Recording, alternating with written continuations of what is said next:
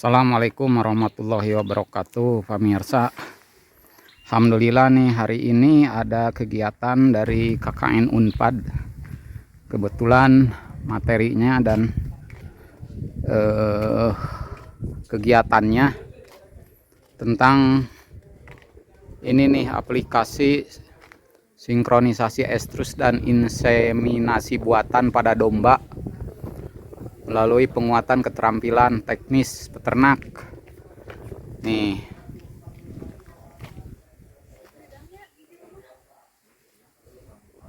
dan ini akan diliput oleh saya, kandang domba Saung Tani, karena kegiatannya juga sampai prakteknya di kandang domba Saung Tani, supaya para pemirsa semuanya bisa menyerap ilmunya juga lah, informasinya, karena ini sangat berguna bagi peternak. Siapa tahu nanti kita semua jadi peternak-peternak handal, peternak-peternak besar. Karena kalau mengumpulkan peternak dari berbagai pelosok itu kan susah ya. Jadi kita siasati dengan menayangkan hasil atau kegiatan anak-anak KKN sini. Tuh pemirsa, garis karasep pokoknya mah iya mah bibit super jeung pejantan super. Tuh garis bibit-bibit gelis ya di dia ya. Aduh, nih kegiatannya sudah mau dimulai pemirsa. Ruangannya ruangan sekolah PAUD. Tuh, alhamdulillah pada hari ini kita dapat berkumpul bersama di dalam acara program PKM yang diintegrasikan dengan program KKN. Nah, saya dalam hal ini sebagai DPL, sebagai dosen pembimbing lapangan, kebetulan karena berasal dari Fakultas Peternakan, jadi temanya itu tentang peternakan. Dalam hal ini temanya berkaitan dengan ilmu reproduksi. Tepatnya ini tentang nanti aplikasi sinkronisasi estrus dan IB. Pada kesempatan ini saya mengucapkan terima kasih terutama kepada Bapak Didi ya, Pak Didi, Pak Nunung yang telah mengizinkan kami menggunakan tempat ini, baik ruangan ini maupun nanti di area peternakannya. Acara ini kami membutuhkan area peternakan itu, Pak. Jadi alhamdulillah Pak Didi dan Pak Nunung mengizinkan untuk kegiatan ini. Terima kasih, Pak. Juga kepada bapak-bapak yang sudah berkesempatan hadir, namun mungkin nanti belakangan masih ada ya yang hadir. Semoga masih ada banyak yang hadir. Sebetulnya ya memang acara ini sangat teknis gitu ya, sangat teknis. Jadi memang sangat teknis untuk para peternak. Memang juga aplikasi sinkronisasi dan IB ini memang masih jarang sekali diterapkan, khususnya untuk domba dan kambing. Kalau pada sapi udah established ya. Jadi mudah-mudahan saya berharap dengan adanya pelatihan ini tidak hanya sekedar kami nanti memberikan materi kemudian praktek. Jadi saya sangat mengharapkan Pak Didi, Pak Nunung di sini akan menjadi leadernya atau apa ya istilahnya pemulanya untuk menerapkan teknologi inilah, katakannya teknologi reproduksi. Jadi mudah-mudahan dengan ada acara ini kita nanti insya Allah bisa berkelanjutan ya, karena memang ini rangkaian ya, rangkaian kegiatan. Mudah-mudahan saya sangat berharap memang nanti di sini ada yang menerapkannya gitu. Jadi memang bagi saya bukan kuantitas yang menjadi tujuan, bukan berapa banyak para peserta yang ikut, tetapi lebih kepada kualitasnya nanti, efektivitas kegiatan ini bisa diterima dan diterapkan oleh para peternak begitu. Mungkin itu saja pengantar dari saya. Ini dadakan ya Jaki, nggak sounding dulu gitu. Saya nggak tahu. Saya kira cuma memberikan materi aja gitu ya. Jadi ya terima kasih, intinya terima kasih pada Pak Didi, Pak Nunung atas kesempatan yang telah diberikan. Semoga kegiatan ini dapat bermanfaat bagi kita semua. Terima kasih. Wassalamualaikum warahmatullahi wabarakatuh. Baik, selanjutnya saya Payun Bu, Payun. kita sebelum masuk ke pemateri kita akan ada sedikit request. Des, di depan kan Ibu nanti minta ditemuin itu. Membagikan lembar request. Betul, Kemudian ya? untuk teman-teman yang menonton via digital nanti soalnya akan ada di layar dan bisa di pause dan dikerjakan terlebih dahulu untuk kita masuk ke pemaparan materi. Silakan di pause untuk teman-teman di digital dan juga silakan dibagikan. Ngisi dulu kuesioner pemirsa jika ujian tuh. Pak RW oke ditanya tah pengen ngahulang we. Nih pertanyaannya. Nih pemirsa. Nih salah satu responden. Nah.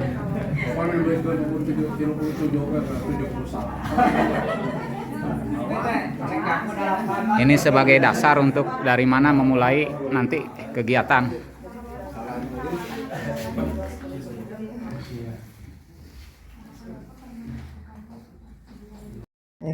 Bismillahirrahmanirrahim. Assalamualaikum warahmatullahi wabarakatuh. Terima kasih hatur nuhun Bapak Ibu atas kehadirannya. Jadi tadi di pembukaan saya sudah menyampaikan bahwa memang kegiatan ini diintegrasikan dengan kegiatan KKN mahasiswa Unpad. Namun lebih kepada bidang saya gitu di bidang peternakan. Jadi kebetulan saya di bidang reproduksi ternak, jadi akan membawakan materinya yang berkaitan dengan reproduksi ternak. Atau tadi kata Ibu mah ngawinkeun domba gitu ya. Ngawinkeun domba. Ya. Jadi saya dari Fakultas Peternakan Unpad, Pak. Namun ini mahasiswa KKN di sini sebetulnya tidak ada yang dari Fakultas Peternakan gitu. Jadi ya sekalian mereka juga belajar Pak, belajar megang domba gitu. Nanti mungkin ngelihat juga cara mengawinkan domba. Baik, next. Nah, mungkin Bapak Ibu sudah pernah mendengar ya kalau kata estrus atau berahi mah udah ya. Ya, nombege Ibu ditaruh atasnya. Estrus atau berahi. Beger gitu Bu ya, Pami. Beger nyapanya Pami biasanya di dia mah. Jadi estrus kalau bahasa ya di kampus mah estrus aja ya atau berahi ini ya pada beberapa macam ternak memang ada ciri-ciri yang khusus gitu ya. Di sini saya sengaja tampilkan beberapa foto. Memang inilah karakter dari estrus atau berahi itu ya, dimana baik pada sapi, kambing maupun domba ada satu fase yang dinamakan ini mounting ya, yang di atas itu mounting, tapi yang di bawah itu adalah diam dinaiki. Nah sebetulnya yang estrus yang pasnya itu adalah yang di bawah gitu. Jadi ketika si ternak itu mau menerima pejantannya, nah itulah fase yang paling tepat dikatakan estrus atau berahi. Next. Nah ciri-ciri mungkin bapak-bapak peternak di sini mah udah lebih tahu ya dari saya. Jadi ciri-ciri secara umum kalau pada secara dari luar ya, ini 3A atau 3B ya. 3A kalau bahasa Jawa, abang abu anget. Kalau 3B berem, basah, ya itu ya Bu ya, di emot 3A atau 3B. Kemudian lendir transparan keluar dari pulpa, tapi itu spesifiknya pada sapi gitu ya, pada ternak kecil, domba, kambing itu sangat sulit sebetulnya kelihatan. Nah kemudian saling menaiki sesama betina ya, jadi walaupun sesama betina, kalau ketika estrus saling menaiki. Jadi kalau istilah LGBT pada ternak mah emang udah fitrahnya ya. Jadi kalau amit-amit ya, jangan sampai kalau ada manusia yang LGBT itu berarti kayak niru ini ya, karena mereka mah nggak lihat jenis kelamin. Mau sesama betina juga saling menaiki aja kalau memang lagi di fase estrus gitu. Kemudian gelisah, nafsu makan menurun ya. Kemudian nah ini yang paling khas, diam bila dinaiki pejantan atau kita istilahkan dede. Aya nu namina Dede tadi dia. Upami aya pilih estrus teras. Ya itu ciri khas dari estrus. Next. Nah, kapan itu terjadinya estrus atau berahi itu juga bapak-bapak, ibu-ibu peternak pasti lebih tahu. Yang berinteraksi dengan ternak pasti lebih tahu. Jadi terjadinya estrus atau berahi pada setiap ternak itu berbeda-beda. Jadi misalnya ada 10 atau 100 ekor itu mungkin berbeda-beda. Yang si ternak nomor 1 mah mungkin tanggal 1, yang ternak nomor 2 mungkin tanggal 5 gitu ya, itu akan berbeda-beda. Nah, dalam sekelompok ternak itu waktu terjadinya estrus akan berbeda-beda karena mereka itu punya siklus yang dinamakan siklus estrus. Pami di wanita mah Bu siklus menstruasi. Jadi sama. Kalau pada manusia atau wanita siklus menstruasi itu 28 hari sekali ya. Itu yang secara umum. Nah, kalau pada domba itu 16 atau 17 hari sekali. Jadi mereka juga menstruasi sebetulnya Bu.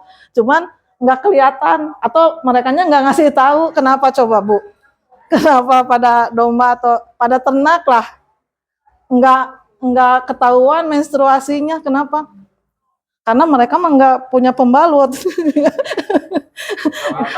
Iya, nggak ada pembalut khusus buat ternak mah ya gitu. Jadi mereka diam-diam aja menstruasinya, mereka diam-diam aja Bu gitu.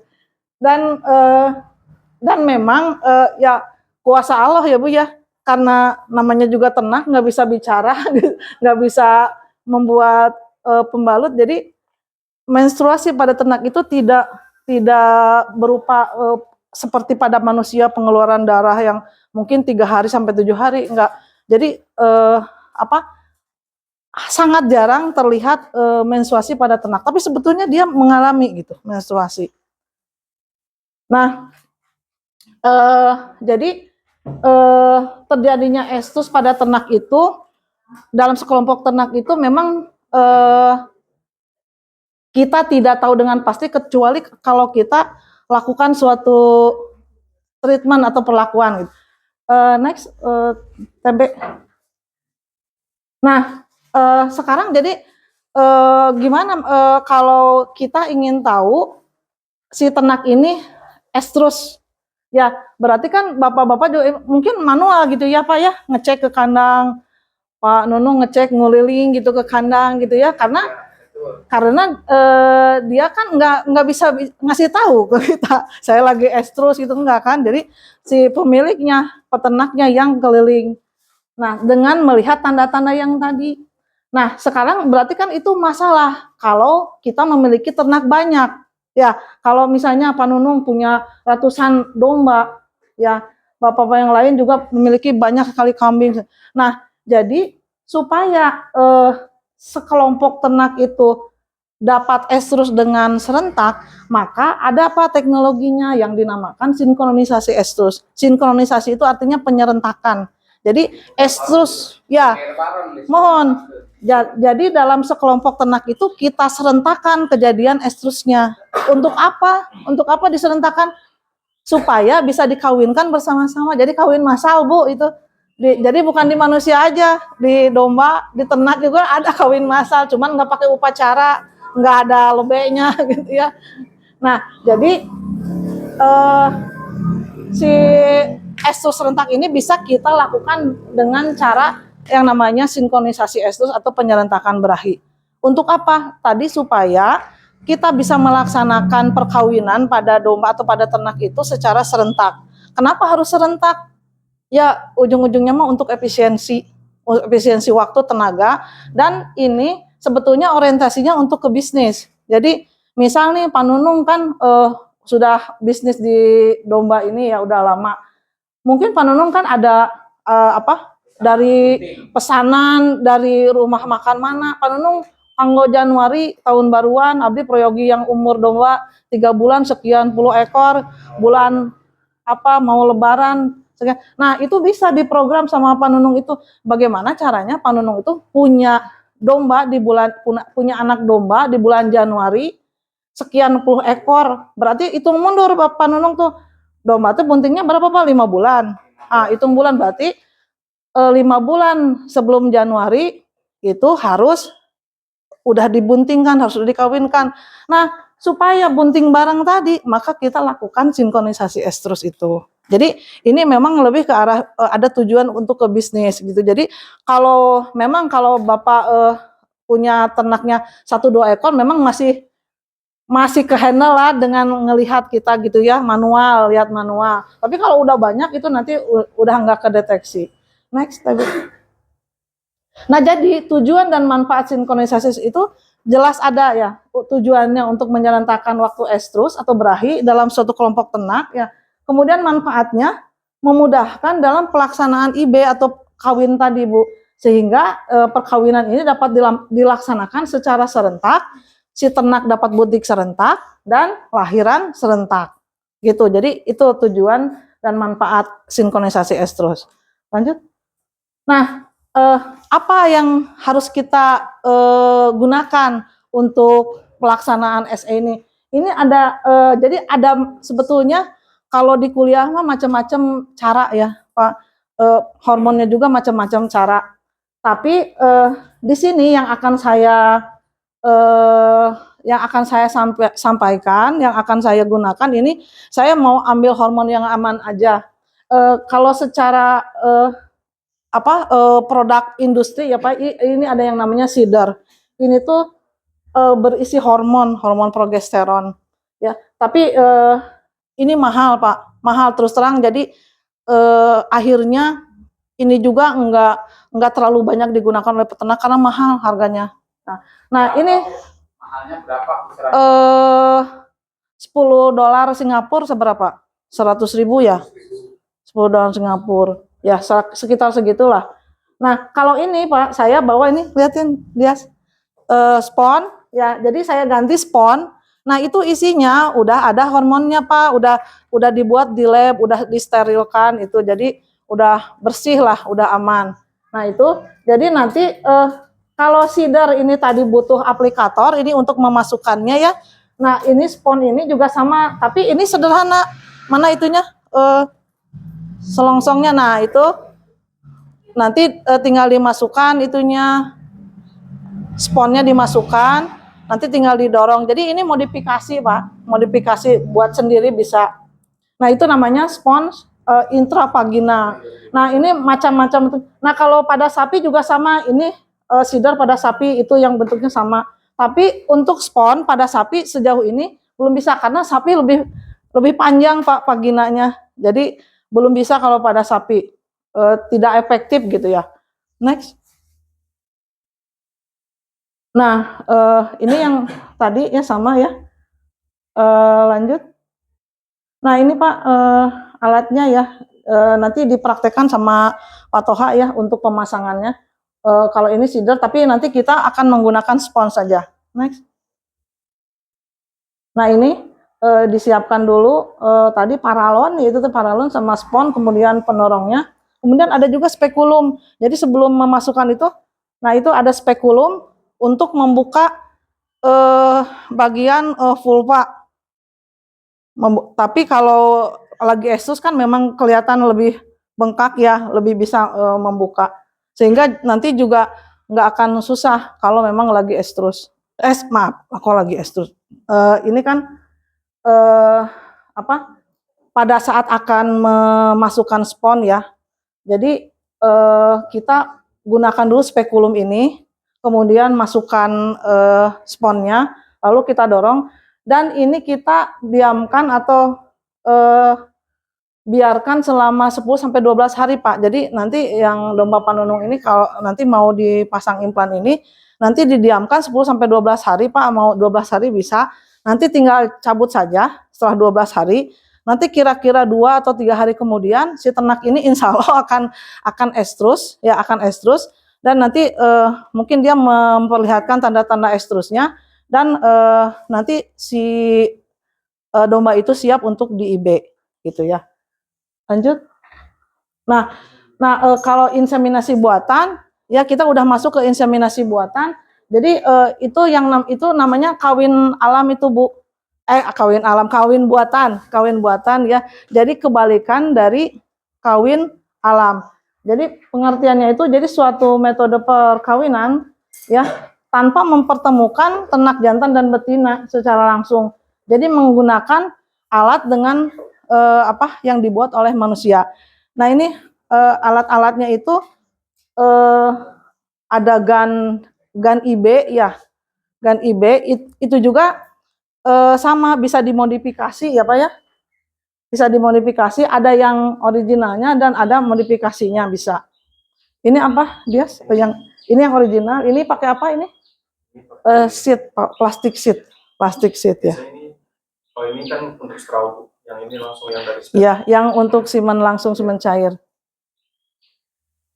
Oke, nah apa manfaat IB? IB ini menghemat biaya pemeliharaan pejantan. Jantan Bapak Ibu yang tidak punya pejantan, karena ya Pak Nunung lebih pengalaman melihara pejantan itu sangat mahal ya Pak ya. Pakannya ya Pak ya, maintenance-nya sangat mahal. Tapi nggak punya pejantan tapi ingin ini gitu, ingin mengawinkan si betinanya gitu ya. Nah, jadi bisa misalnya Pak Nunung kan banyak mitra ya di daerah-daerah lain, Cianjur, Sukabumi dan sebagainya. Terus Pak Nunung punya pejantan bagus gitu ya, yang juara aja gitu kalau kontes. Nanti Pak Nunung bisa tampung tuh simennya. Nanti kita akan praktekkan. Pak Nunung bisa tampung simennya, kemudian simen itu kita olah secara sederhana. Sama Pak Nunung dibawa aja tuh nanti ke Cianjur, ke Sukabumi buat diinseminasikan ke peternak mitra-mitra Pak Nunung yang ingin gitu. Jadi nggak usah mitra Pak Nunung tuh beli pejantannya gitu ya. Jadi cekap aja itu bawa simennya. Jadi itu menghemat biaya pemeliharaan pejantan. Kemudian peningkatan potensi seleksi, yaitu otomatis kan ketika kita ingin domba kita ini keturunan yang domba Pak Nunung tuh yang juara, nah berarti itu otomatis sudah terseleksi. Kemudian memperpendek calving interval atau selang beranak, karena kan kita bisa ngatur si perkawinan ini, waktunya kita atur. Kemudian bisa perkawinan antar hewan berbeda ukuran gitu ya. Kemudian memperpanjang waktu penggunaan pejantan ya. Nah, secara runutannya untuk IB ini ya, kita ada tentunya menyiapkan alat gitu ya. Alat ini namanya itu ada alat vagina buatan itu untuk penampungannya, penampungan simennya ya. Kemudian nanti simen yang sudah kita peroleh ini penampungannya, jadi nanti diperlukan pejantan yang dianggap unggul ya, gitu ya, yang mau kita tampung. Kemudian ada daminya. Sebetulnya daminya ini nggak harus betina Pak, jantan juga bisa jadi dami. Ya itulah karakter hewan kayak gitu. Jadi nggak lihat sesama jenis, nggak lihat beda jenis ya, begitu LGBT gitu ya. Nah nanti ditampung, kemudian ini hasil penampungannya menggunakan tabung, kemudian nanti kita evaluasi. Nah kalau di tataran lapangan di peternak, jadi nanti Pak Nunung lihat evaluasi secara makroskopis aja istilahnya Pak. Jadi evaluasi kasat mata, volumenya berapa Pak? Biasanya pada domba tuh 1 mili ya. Terus baunya gimana Pak? Bau yang khas, bau anyir ya, khas domba. Kalau kambing ya khas kambing. Nah kalau misalnya nanti bapak-bapak mencium bau yang aneh, bau busuk gitu ya, bau apa yang lain, nah itu harus curiga si ternak ini ada penyakit. Kemudian nanti lihat warnanya, warna yang bagus tuh kayak gitu tuh, putih kekreman. Kalau misalnya warnanya ada hijau-hijau, ada merah-merah, itu berarti ada bakteri tuh, ya ada terkontaminasi. Kemudian apalagi pH, yaitu pH tapi umum lah. Kemudian apalagi selain kekentalan ya, kekentalan. Nah itu bisa menunjukkan juga kualitas pakan yang kita berikan. Kalau misalnya digoyang-goyang itu, si tabungnya digoyang-goyang, itu nanti evaluasi konsistensi tinggal digoyang-goyang. Nah, ini kalau misalnya dia kental, wah itu bagus, berarti itu pakan ya. Kalau misalnya encer, itu kurang bagus gitu ya. Dan jumlah atau konsentrasi si spermanya juga pasti kalau encer itu lebih sedikit ya dibanding yang kental.